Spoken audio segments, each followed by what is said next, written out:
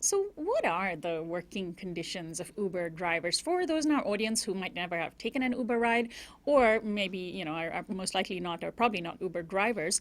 Typically, they sign up to be drivers, right? And then when someone requests a ride on their phone app, the driver can respond. There's no money exchanged between the driver and the rider, so Uber handles all the financial transactions electronically, and then the driver gets paid eventually. How badly are they paid? I'm guessing not too well, given that Uber rides are often cheaper than taxi rides.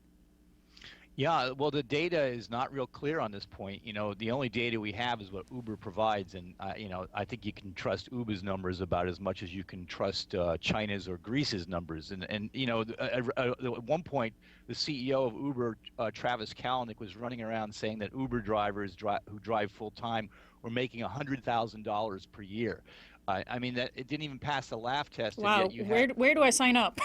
exactly. You had major media outlets like the Washington Post and others reporting this at face value. No one even sort of questioned it. And Kalanick even became so bold as to say, "I challenge any of you journalists, if you don't believe me, go ride with some of the Uber drivers and ask for their pay stubs." So some enterprising journalists did that, and in fact, what they discovered is that many Uber drivers aren't even making minimum wage.